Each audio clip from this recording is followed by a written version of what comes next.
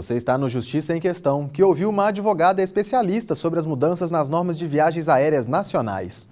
As novas regras ditadas pela ANAC em dezembro do ano passado desagradaram passageiros e órgãos de defesa do consumidor. As regras passaram a valer para bilhetes adquiridos a partir de 14 de março deste ano. Luciana Ateniense, advogada especialista em direito do turismo, chegou a participar em Brasília de 3 reuniões da ANAC, Agência Nacional de Aviação Civil, para discutir as propostas. Essa resolução 400 da ANAC teve um estudo amplo.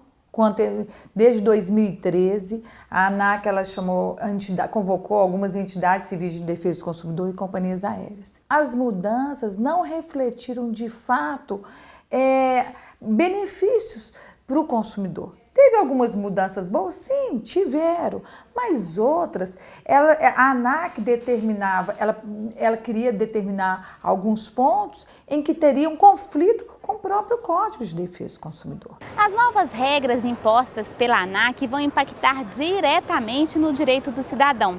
Nós viemos ao aeroporto de Confins, que fica na região metropolitana de Belo Horizonte, para saber se os passageiros estão por dentro dessas mudanças.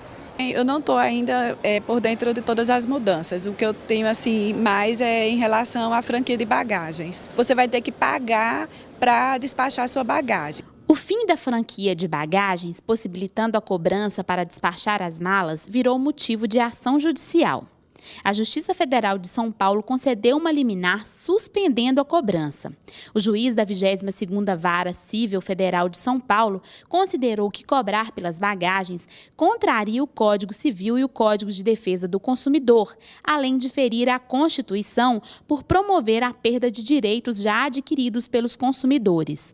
A medida cautelar continuava valendo até o fechamento dessa reportagem. Tem que manter essa decisão, porque o artigo 734 do Código Civil, o transporte de pessoas inclui não só a bagagem como pessoas. E no momento em que a ANAC estipula isso, ela está rasgando o Código de Defesa do Consumidor, ela está indo contra o Código Civil, porque ela coloca, não, agora o transporte é só de pessoas. Se ele quiser despachar, ele tem que pagar. Então, torna-se uma venda casada. O gerente de projetos, Pedro Arruda, viaja bastante pelo Brasil e tem outra preocupação. Eu gostaria de saber como é que ficou a questão da assistência material por parte da empresa quando o voo não é realizado. A assistência material aos passageiros envolve direito à comunicação, alimentação e hospedagem. A advogada explica qual é a mudança prevista em relação à hospedagem. Ela estipulou o seguinte: hospedagem só se for pernoite. Isso foi um retrocesso. Quando a gente fala de hospedagem, a gente pensa muito em pernoite, mas aqui no Brasil não. Nós temos até a questão geográfica, esses voos que, às vezes, em cidades que não têm inúmeros voos para endossar esse bilhete para um voo próximo, há cidades que não têm um voo tão próximo. E ele tem que ter um descanso, porque não foi ele que causou esse dano. Quem impôs foi a companhia aérea. Também, de acordo com a resolução, erros de grafia na passagem devem ser retificados imediatamente e não podem ser motivo para impedir o consumidor de embarcar. Em caso de compra de passagem pela internet, o cidadão também terá direito ao arrependimento, no prazo máximo de 7 dias contados da data da compra, conforme determina o artigo 49 do Código de Defesa do Consumidor. Para o passageiro que compareceu no horário e teve seu embarque negado, a compensação deve ser feita imediatamente, em espécie, por meio de transferência bancária ou voucher.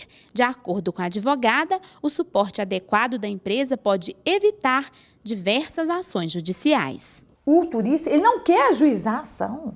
Ele não quer, ele quer usufruir a viagem. Ele só queria que a empresa aérea tivesse aquela contraprestação em que foi garantido um voo no horário e que transportasse não só ele, mas a bagagem com segurança.